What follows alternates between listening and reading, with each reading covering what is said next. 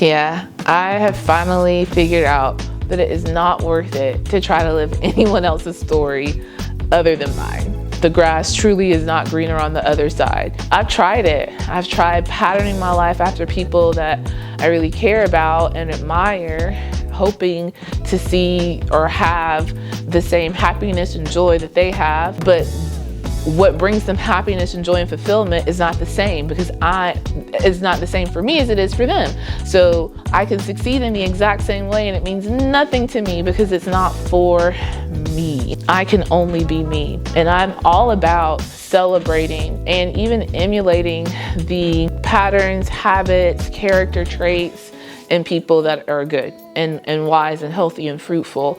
But I can only really find peace in that when I'm living it out the way I'm meant to live it. One example, I have friends that have amazing style. I mean, amazing, on point.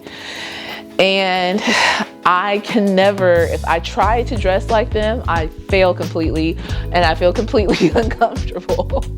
Instead, I'll take tips from them. You know, one of my friends is like, oh, your jewelry doesn't always have to match, and just coordinate. And I'm like, I'm gonna try it. And instead of buying jewelry like them, I buy jewelry that I like and I put the same thing in practice and it works, My hair's not gonna look like them, but I can celebrate the hair that I have and rock what I got. Those are kind of basic, maybe silly examples, but they kind of drive the point home that the only journey worth living, the story worth living is your story, right? And that's where you're going to find the joy, the peace, the fulfillment, the happiness in it.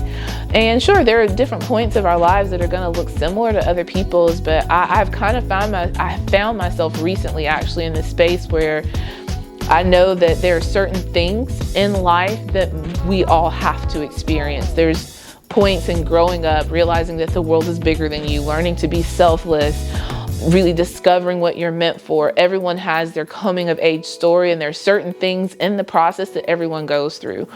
But I'm in a place where I know I have to go through that my way. What I'm learning about what I'm called to in God and how I'm meant to work it out. I'm the only one who can do that study, can do that research, can, have those conversations with God about my life and own it and work it out. And I have companions that we come alongside each other and we encourage one another, but I have to live Alicia's life. That's what I'm meant to live. And that's the only place where I found fulfillment. Again, like I've said, I have tried it the other ways.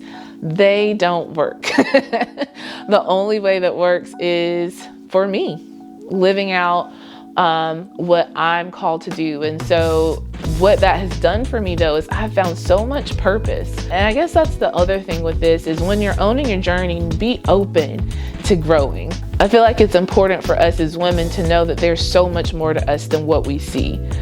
So much more. I have found that in my life, I've been on a journey of discovering and rediscovering Alicia Nicole.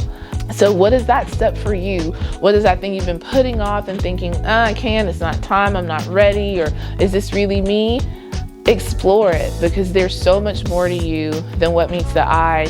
And owning your journey, choosing not to be someone that you're not, but owning who you are, loving it, and living that out is so useful and so helpful.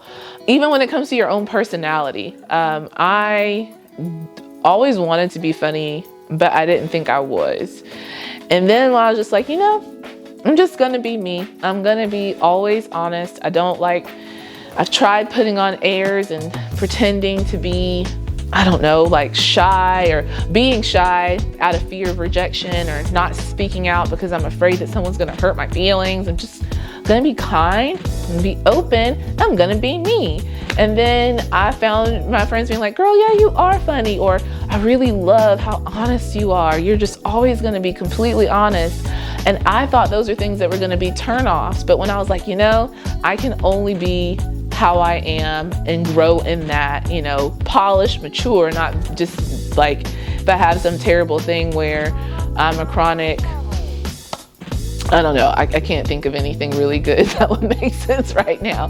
But if there is a character flaw that I have, I'm not saying like I'm just rude, or I'm just too cutthroat or too brash. I'm never gonna ever try to curb that. That's just how I am. I'm not talking about that. But just owning my personality and liking it and leaning into it has actually helped me to become the kind of person where I'm like, oh yeah, I think I'm cool. I like that. I like this about me. So own you, own your own journey, and be willing and open to discover, because there's so much more to you than what meets the eye. All right, well, that's it for today. Thanks for hanging with me, and I will see you in the next video. Bye.